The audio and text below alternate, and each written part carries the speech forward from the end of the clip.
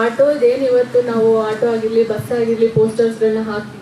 So ನಿಮ್ಮಿಂದನೂ ನಮ್ಮ ಸಿನಿಮಾಗಳಿಗೆ ತುಂಬಾ ಹೆಲ್ಪ್ ಆಗುತ್ತೆ. ಯಾಕೆಂದರೆ ಒಬ್ಬರಿಂದ ಒಬ್ಬರಿಗೆ ಹರಡುತ್ತೆ, ನಮ್ಮ ಸಿನಿಮಾ ಪ್ರಮೋಷನ್ ಆಗುತ್ತೆ. ಸೊ ಅದಕ್ಕೆ ನಮ್ಮ ನಿಜವೂ ಆಟೋ ಅವ್ರ ಕಡೆಗೆ ನಮ್ಮ ತಂಡದಿಂದ, ನಮ್ಮ ಸಿನಿಮಾ ತಂಡದಿಂದ ನಿಮಗೆ ಹೃತ್ಪೂರ್ವಕ ಅಭಿನಂದನೆಗಳು.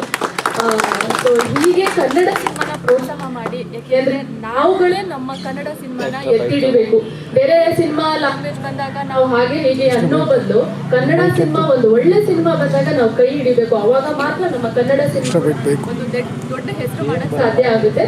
So thank you so much. ಇವತ್ತೆಲ್ಲರೂ ಕೂಡ ನೀವು ಬಂದಿದ್ದಕ್ಕೆ ನನಗೆ ತುಂಬ ಖುಷಿ ಆಯಿತು. Thank you so much. ನಾನು ಎಲ್ಲರಿಗೂ ಕೇಳೋದು ಇಷ್ಟೇ, ಒಂದು ಮಿಡಲ್ ಕ್ಲಾಸ್ ಅಥವಾ ಲೋವರ್ ಮಿಡಲ್ ಕ್ಲಾಸ್ ಆದಂಥ ಒಬ್ಬ ಸೂರ್ಯ ಹಾಗೂ ಅವನನ್ನು ಪ್ರೀತಿಸೋ ಒಂದು ಹೆಣ್ಣು ಜೀವ ಸಂಧ್ಯಾ, ಇವರಿಬ್ಬರ ಲವ್ ಸ್ಟೋರಿ. ಅಂದರೆ ಅವನಿಗೆ ತನ್ನ ಜೀವನ, ತನ್ನ ಸಾಕು ತಂದೆ ಬೇರೆ ಏನೂ ಇರೋಲ್ಲ.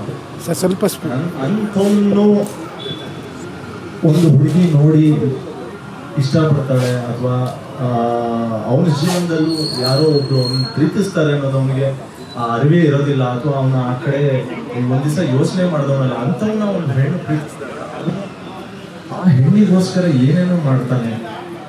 ಅಂದರೆ ತುಂಬ ರಿಯಲಿಸ್ಟಿಕ್ ಆಗಿ, ತುಂಬ ನಿಮಗೆ ಸಿನಿಮಾ ನೋಡಿದಾಗ ನಿಮ್ಮ ಅಕ್ಕಪಕ್ಕದಲ್ಲಿ ನಡೆದಿರುವಂಥ ಕತೆ ಇರ್ಬೋದೇನೋ, ಅಥವಾ ಅಕ್ಕಪಕ್ಕದಲ್ಲಿ ಇರುವಂಥ ಒಂದು ಹೆಣ್ಣು ಅಥವಾ ಒಂದು ಗಂಡಿನ ಕತೆ ಏನೋ, ಹುಡುಗರ ಕತೆ ಏನೋ, ಅಷ್ಟು ನೇರವಾಗಿ ಸಿನಿಮಾನ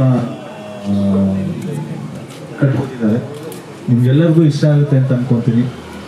ಲಾಸ್ಟ್ ಟೈಮ್ ಎಲ್ಲಿಗೆ ಪಯಣ ಯಾವುದೋ ದಾರಿ ನನಗೆ ಜ್ಞಾಪಕ ಇದೆ. ಆಟೋ ಚಾಲಕರು ನೀವೇ ನನ್ನನ್ನು ಹರಿಸಿದ್ರಿ, ಹಾರೈಸಿದ್ರಿ, ಆಶೀರ್ವಾದಿಸಿದ್ರಿ.